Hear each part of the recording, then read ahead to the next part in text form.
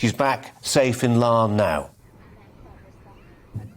She is indeed. She came back in here a while or two ago. Engines running. It seems to be a problem with the command of the ship. It seems to be a steering problem, if you like. She was adrift 5 miles off the coast. And now Larne Harbour is P&O's main base in Northern Ireland. And Northern Ireland provides about 20% of agricultural food to the UK, and we receive a lot coming the other way. So these ports are vital to us.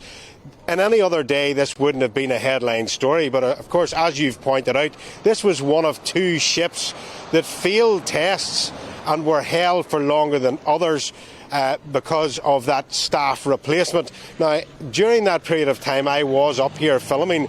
The engines were running, staff were training on these boats, but as you can imagine, these are huge vessels. Now, holidaymakers that were annoyed at the time, shall we say, of losing their place on those boats had to go to another ferry company who very graciously laid on another vessel.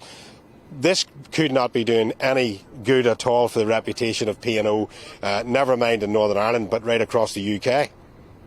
Some of those failures apparently were because the lifeboats they couldn't release the lifeboats if it came to using them in the way that they would need to be deployed. And we've got this problem today, maybe with the steering, maybe with the engine, it's not clear at this stage.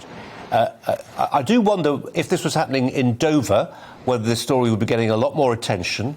But let me speculate on this point. Weather looks fantastic behind you, clear blue skies.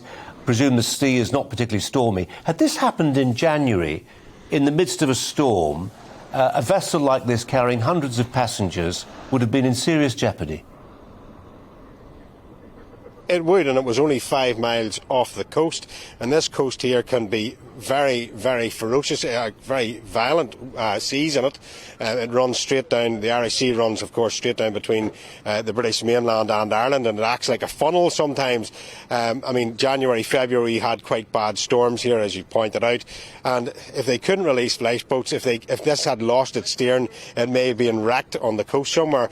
But I think that the main worry here is that financially there's an awful lot of problems here with hauliers bringing goods in and out of the UK. And if P&O were replacing staff in order to cut corners or save costs, more to the point, I think this may do no good to them. In fact, it'll probably cost them money at the end of the day.